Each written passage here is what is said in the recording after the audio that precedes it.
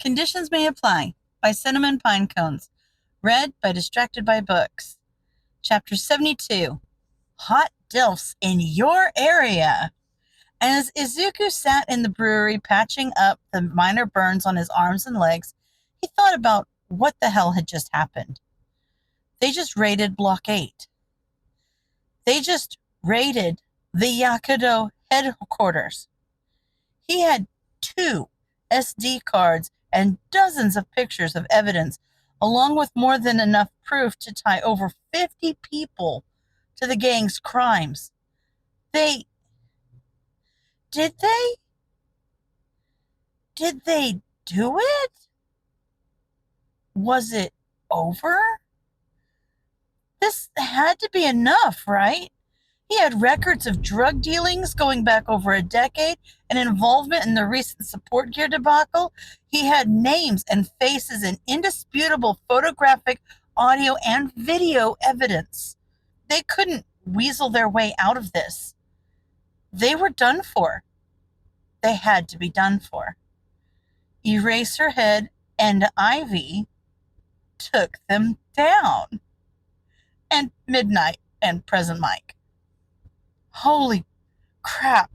Midnight and Present Mike. He just teamed up with Eraserhead, Midnight, and Present Mike and took down a gang that's been the root cause of like 70% of the crime rate in Uptown. He just teamed up with Eraserhead, Midnight, and Present Mike. What the hell? It's a freaking fever dream. It had to be. No, it made sense. Eraser worked at UA, and so did Midnight and Present Mike. Obviously, they would know each other. Midnight and Mike were both in civilian garb, though. Were they just hanging out together? Did Eraser go out in his hero uniform? He would do that, wouldn't he? Wait, Mike and Eraser went to UA together. He saw them in the sports festival. Oh, they've been friends since... Wait a damn minute! Ivy reported to the location Eraser told them to meet him at, but no one was there yet. However, there was a car. It was a nice car. Was this Eraser's car? They certainly hoped so, they thought as they settled down, sitting crisscross on the roof. It was over 15 minutes before they heard a group approaching from the sidewalk beyond the alley. They waited patiently for a few more moments until Eraser rounded the corner with Midnight and Present Mike in tow. This was a gamble. They could very well be about to make a fool of themselves, but they were so happy that they didn't even care. Eraser, you didn't tell me you were married to Present Mike, they exclaimed. All 3 of them looked shocked for a moment before Eraser and Mike spoke at the same time. Zashi, don't you told them we were married? Yes! Yes! Ivy cackled as Eraser pinched the bridge of his nose between his thumb and forefinger and let out an exasperated groan. No, but you just did, he finally responded. A blush spread across Mike's cheeks, and he sputtered out, Wait, and how did you... What?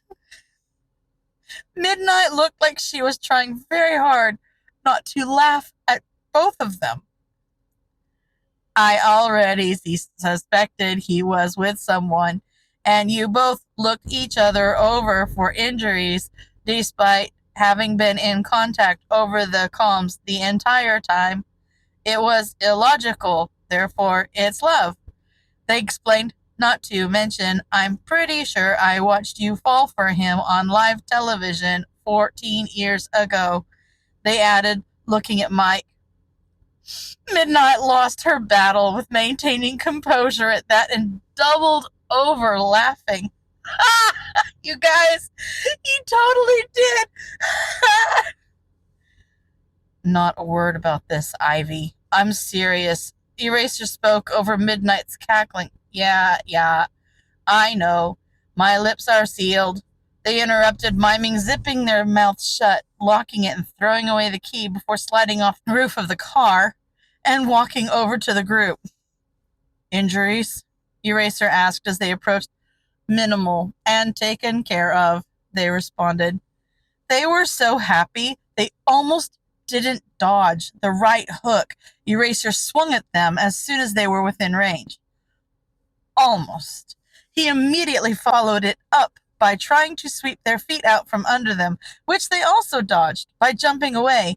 But as soon as they were out of range of his limbs, he brought out this capture scarf, which Ivy was bad at dodging on a good day. They just spent several hours cramped up in a cabinet, then got stuck in a burning room with a psychopath, all on less than a collective 5 hours of sleep in the last 48 hours. So, needless to say, Eraser snared their ankle and sent them sprawling on their ass. What the hell, man? They complained. Don't what the hell me. What the hell you? What were you thinking? What the hell have you been up to? You told me you were laying low. Sneaking into the headquarters of an organization that wants nothing more than to see your head on a pike is not what I would consider laying low. Okay, first of all, you're a lot stupider than I thought if you actually thought I was gonna just sit on my ass and wait for them to come kill us. And second of all, I would argue that I was laying very low. They had no clue I was in there the whole IV. This was beyond idiotic, and you know what? What if you died? Whatever information you gathered would have died with you, and we would have been left at square one. I had contingency plans, Eraser. I'm not stupid. All my information would have been sent to the detective by tomorrow afternoon if I wasn't around to give it to him myself. They shot back. Eraser looked at them like they had just said they were a flat earther with full confidence. You would still be dead, Ivy, he all but shouted after he finished looking at them like they were an idiot. He turned around and started pacing as he cursed under his breath. Midnight and Mike were awkwardly glancing one at another, half uncomfortable and half stifling a laugh. Those three were so freaking weird. Well, I'm not dead, and we did it. They walked over to Eraser and grabbed his shoulders, stopping his pacing and shaking him vigorously. We did it, they restated when Eraser finally looked at them. He let out a long-suffering sigh. We didn't do crap unless you have more evidence, he argued. Ivy's face split into a shit-eating grin that they were sure was evident even with the mask on because Eraser raised a questioning brow at them. I already sent pictures of evidence that is probably half burnt to ash by now to Suka, and these, they paused as they pulled 2 SD cards out of their pocket and handed them over, incriminate at least everyone there tonight, and likely more. We did it! They shouted again, literally jumping for joy. Eraser took a moment to look at the cards in his hand before he rolled his eyes and tried to cover the smirk that was growing into a full-on smile. He let out a huff of laughter and conceded, yeah, okay, I guess we did. Mike started joining in on their celebration, and Midnight gave in to the laugh she'd been holding back while they'd been arguing. They hadn't been this happy in ages, and Eraser was smiling. He was actually smiling. This was the best day of their life. Not bad for a couple of limelighters, huh? Midnight taunted. Ivy's celebratory jumping and dancing cut off at that as they looked back with wide eyes and shot a glare at Shota. He would have felt bad if this wasn't an express delivery of karma for the idiotic stunt they'd just pulled. I was driving, Shota said by way of explanation. He was sure he would have been able to see a blush on their cheeks if they weren't covered. I didn't mean, it's just that, Ivy floundered as Midnight started laughing again. Oh, Eraser, you pick up the strangest strays, don't you? No hard feelings, Ivy. You're a feisty little thing. I like that. Midnight cooed at them. Oh, thanks. Thank you. Both of you, they said sincerely with a small bow towards Nem and Zashi. How come they get a heartfelt thanks and I get your ass cheeks imprinted on my car? Shota deadpanned. They came to help. You wormed your way in here against my express wishes and haven't left me alone for over a year, they snarked back at him. Ow! And you keep doing that, they added after he whipped the end of his captor scarf at their forehead. All right, ladies, enough bickering. Drinks! We're getting drinks, Midnight prompted, and now we actually have something to celebrate.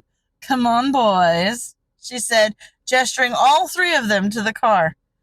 I think I'll stick this one out, they replied with a nervous laugh. Oh, come on. We can get you a silly straw and just stick it through the vents on your mask. I, for one, have a lot of questions that might cut her off. Midnight. That's enough. Leave them alone. You don't need to peer pressure everyone you meet into going out for drinks. Mike chided. Excuse her, I think that's her love language, they said with a laugh as they looked back to Ivy. No, it's no problem. Thanks for the invite, they trailed off awkwardly. Ivy, just go home, Shota said with an eye roll, and try not to get into mortal peril on the way.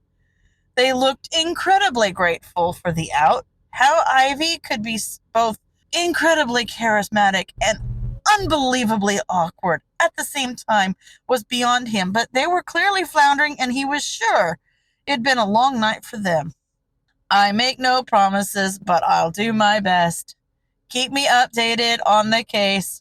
Tsuka's stingy with the info because it's, quote, classified and, quote, illegal for him to tell me, or something stupid like that, they replied with an eye roll of their own. Yeah, something stupid like that. Monitor your breathing, kid. If you start having issues, let me know, and I'll see what I can do, he reminded them before they ran off. Whatever, Mom, they called over their shoulder as they scaled the wall and ran out of sight. They heard a snorted laugh from over their shoulder as Ivy sped off. Nem was standing next to the open door of the car, waiting for them with a shit-eating grin on her face. What? Shota demanded. When were you two gonna tell me you adopted? She cooed. Sho rolled his eyes and got back into the driver's seat without a word. But Zashi couldn't hold back a smile. The two of them had always teased Sho about how he acted like such a dad with his students, but this was another level. He's pretty sure he would have told them to text him when they got home if he hadn't smashed his phone to protect them. Well, to protect all four of them. But Nem and him weren't the ones who had him sprinting out of the bar and breaking every known traffic law to gun to their rescue. They knew Ivy had wormed their way into his heart. There was one thing to hear it. It was another thing to see it. Always wanted to be an aunt. I can't believe you didn't tell me. They heard Nem continuing to taunt Shota as they settled back into the passenger seat. Nem, I haven't adopted anyone. Just drop it. I will not be doing that. Thanks for the suggestion, though. I have so many questions, and I believe I'm owed some answers after that debacle. Right, Zash? Oh, don't drag me into this. The less we know, the better, remember? You would say that. I bet he told you everything already. You said the detective knows about them. If you can technical truths your way through an interrogation, then so can we. When did you meet them? Is this why you changed patrol routes last year? How old are they anyway? They look like a kid. They're a vigilante, right? A year ago. Yes. I don't know. Yes. Is that enough? Shota responded after groaning dramatically. Wait, so are they a kid? Nem asked, sounding rightfully concerned. Shota started up the car, turned the headlights back on, and looked both ways before he exited the alley they'd been parked in. I honestly don't know, but given what I've seen them do, it's highly improbable.